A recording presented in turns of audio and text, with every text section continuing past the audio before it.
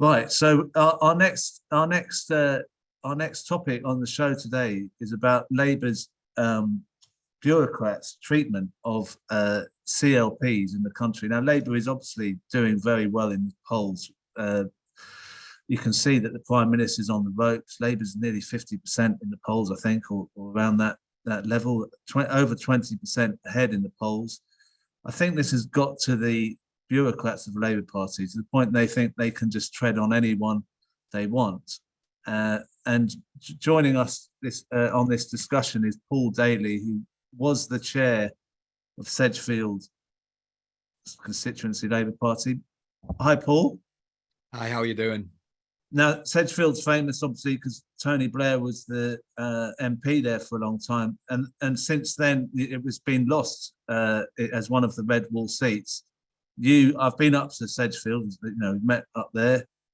You were doing lots to try and rebuild the party in Sedgefield, and as chair, you were encouraging lots of, and not only with Labour activity, but other stuff that you've been doing. And then you put yourself forward to be the candidate for Sedgefield as the chair of the constituency. You would think that you'd get a chance to be actually heard, but they wouldn't even let you get through to the shortlist. And as a result of that, it seems like most of the executive officers of Sedgefield have actually resigned. We can see in this letter, there's 13 names there. How is Sedgefield constituency going to get back on its feet after that? Well, for the sake of the members, it isn't. There's actually a 14th now as well, because one of our officers was on holiday. Our treasurer, Mick Simpson, who's a really good comrade, he's gone as well. There are others that probably will go at the end of this process after they've done what they need to do within the party. But yeah, I don't know whether or not they'll get back on the feet. It really doesn't matter, because what happened during the last election in 2019 is the CLP were totally excluded from anything anyway. So Phil Wilson set up a publicly limited company and got all these donations to there. We don't know how much money came in or whatever, but he had an event with Tony Blair, and he set up a PLC to circumnavigate having to be in any way linked with the membership of Sedgefield CLP. So I think those people will probably slot into the places. He does have maybe a handful of people who are willing to do CLP roles. That's Phil Wilson, that is, who's now back in a character named Alan Strickland from the Haringey Development Vehicle fame for the seat. It was actually the long list, by the way. I was excluded from. I wasn't excluded from. You're on the long list. You weren't even on the long list. I wasn't on the long list, even though I had trade union backing. So I had what's called super nominations from ASLEF, TSSA, FBU, CWU, SEA, loads of super nominations and support from the trade union movement and socialist societies. But we always knew they would keep me off. So this is a bit of an exclusive for you. We had a plan. And what we had is we knew that I was going to be the main target and they would keep me off the long list. So I went like kind of high profile. Obviously, I'm left wing, so I was obviously going to be excluded.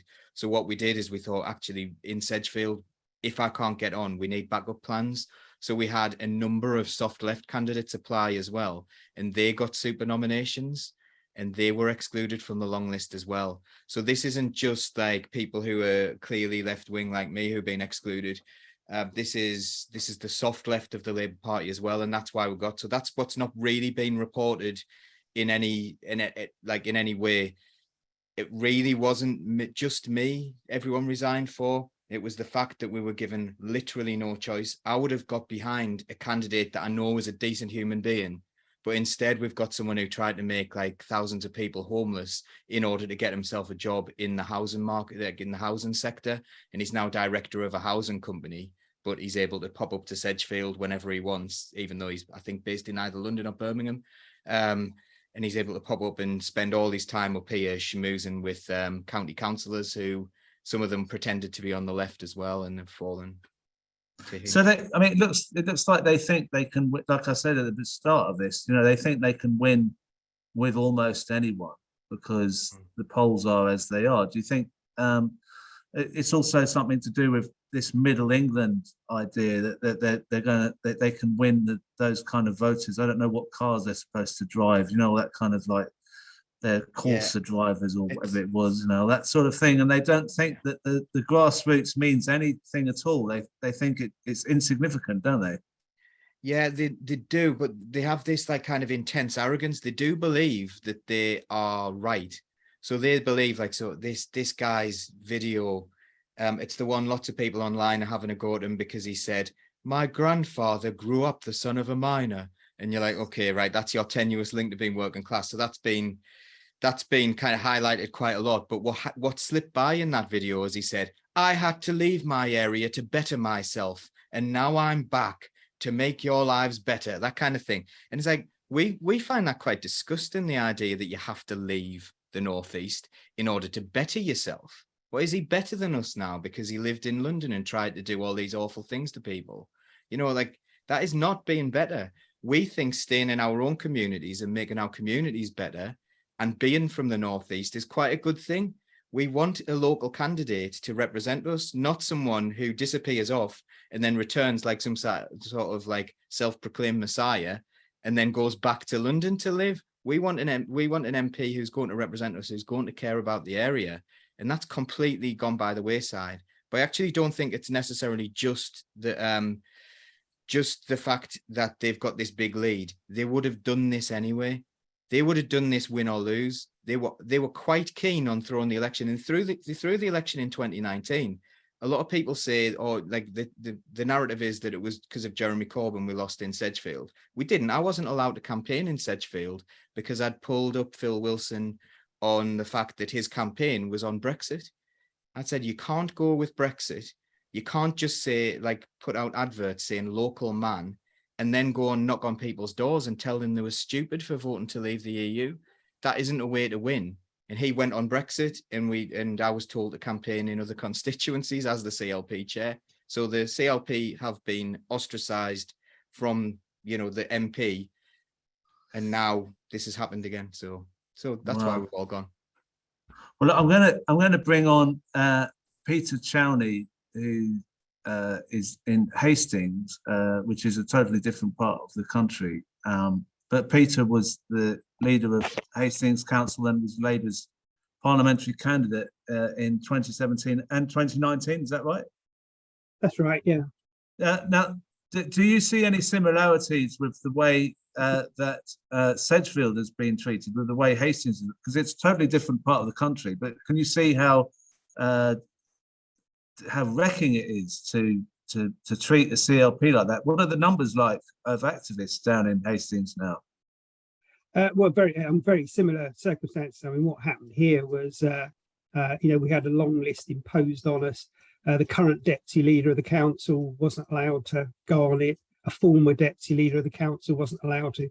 In fact, nobody else was, apart from 3 candidates, one of whom was the kind of central party's chosen one of whom was a sort of right-wing candidate who didn't live in the constituency, another of whom we never heard anything from, didn't turn up to the selection meeting. So 2.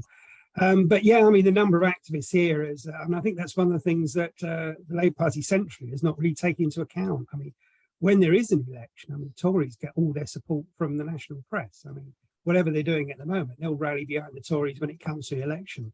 The Labour Party always needs people to be out there, particularly in marginal constituencies, knocking on doors, delivering leaflets. But I mean, they've gone. I mean, in the ward that I used to represent, because I stopped being a councillor this May, the ward that I represented, we had a list of about 15 people who delivered leaflets. We could depend on them. They had sort of fixed rounds and so on. Every single one of those by May had either resigned or been expelled. And there are just no activists now. So I mean, I think that will have a dramatic in somewhere like Hastings and Rye when it comes to the election, because there won't be the people to do the work. And what do you think about the strategy of Mandelson and whoever else is advising Starmer, that we don't need these activists on the ground? We can do it with generic leaflets saying how great Starmer is, with loads of flags behind it, I suppose, and stuff like prosperity, I don't know, buzzwords. Is that out of date? I would have thought that was a bit out of date, wouldn't you? No, I mean, I think you need some local focus in the election. I mean, certainly in my experience 2017, 2019 in Hastings and Rye was that people are interested. You know, the question that you get asked more than anything else is, what are you going to do for this constituency? What are you going to do for Hastings? What are you going to do for Rye? What are you going to do for the rural areas that are included? Hastings, I suppose, is a bit unusual for the South. It's more like a northern town anyway, in the way people sort of identify with it. The levels of deprivation and poverty and rural deprivation as well in the constituency. I mean, I think just trying to focus entirely on national issues and ignore what's going on locally and not make those connections, more to the point, to have a candidate who doesn't know what's going on locally would be a disaster. Yeah, well, that's the same as in Sedgefield, Paul, with someone who doesn't know anything locally. So what's your plan now, Paul? I'm going to continue doing what I do to try and help people in my local community. That's the best way to do things, and we'll see where it goes from there. You know, like all the officers of the CLP who've resigned their positions all left the party. I've left the Labour Party, and because I think we've got to the stage now where you can't change it from within. That's what I was always trying to do. Like, you know, I joined when I saw those mugs, you know, with controls of immigration. I was like, I've got to get in there and try and change it. And I've been trying to do that, you know, trying to make it more, well, less of a racist party, because I was under no illusions about what kind of party it was. But I was also under no illusions about the kind of people who were in it. So what we need to do is bring those brilliant people with us, and do something really, really positive. I think a lot of that's going to be extra parliamentary. Like I don't think Parliament is the answer to any of our problems. I think we need to do this as a collective, and I think we've been wasting a hell of a lot of time. It was worth it for the Corbyn project. It was worth it to try and do something that would have changed things from the top. But I'm a bottom-up socialist, so I believe change actually comes from the people. And that's what we need to do. We need to be focusing our energy on how to make those changes, because whether it's either Tory or the extreme establishmentarian Labour Party, there is not going to be any positive change for working class people. The Tories will change it in favour of the richest, and the Labour Party will keep it exactly as it is as they find it, because they are extreme establishmentarians. Get rid of this idea that the centrists sound sensible. They are far from sensible. They are not. Like, let's take an example of, a lot of people have said, oh, the adults are back in charge, because I was dogpiled on Twitter because of Luke Akehurst, and they were saying, oh, thankfully the adults are back in charge. Well, here's the adult who's the procedures secretary at the moment. She accidentally sent everyone in her branch an email telling them they'd resigned, because she was poking around in their data to try and, like, I don't know what she was trying to do, but she was poking around in the data, accidentally told them they'd all resigned, and then hid the evidence. So we spent 24 hours trying to work out why all our members thought they'd been resigned by the party. You know, these are not people who are sensible. She used to write in complaints about how I look too young in the photos of our CLP newsletter. Like, that was a genuine complaint she put in. The adults, they are not the adults in the room. They're ridiculously childish people, ridiculously petty people, and they expose themselves all the time. So we need to get rid of this idea that these are sensible centrist people. They're not. They're idiots and they're establishmentarians. Well, and Peter, what do you think about what Paul said? And do you identify with that? Very much so, yeah. You know, kind of recently come to that opinion, I suppose. I mean, first Labour Party, I've campaigned in every election in the Labour Party since the 1981 GLC election, which is when I first joined the Labour Party in 1980. I won't be doing it again. I'm not actually a Labour Party member anymore. I'd like to say that I kind of resigned with some great gesture, but it was because my partner accidentally cancelled my direct debit. So I've just kind of left by default, but I don't feel any enthusiasm about rejoining. Probably the only thing that would make me vote Labour now is if they actually support proportional representation, and then there would be more of a possibility of establishing a new party on the left. I just feel completely disillusioned with the Labour Party now, and particularly the way they behave in Hastings, the way they believe to the way they behave to good socialists, and particularly the deputy leader of the council, who was kept off the long list for reasons that she wasn't told about. But the only way she found out about it was they told the Guardian, and the Guardian journalist told her why she'd been kept off the long list. But it's a terrible way to behave. Well, look, thank you both for coming on. I think there's a lot of similarity. And the other thing is, I mean, if this guy, Ben Wallace, who's supposed to be the saviour, I mean, the polls are going to change, aren't they? The Tories aren't going to be so low as they are. And then Labour's going to need people on the ground. Yeah. Thank you, Peter. And thank you, Paul. Good to see you again.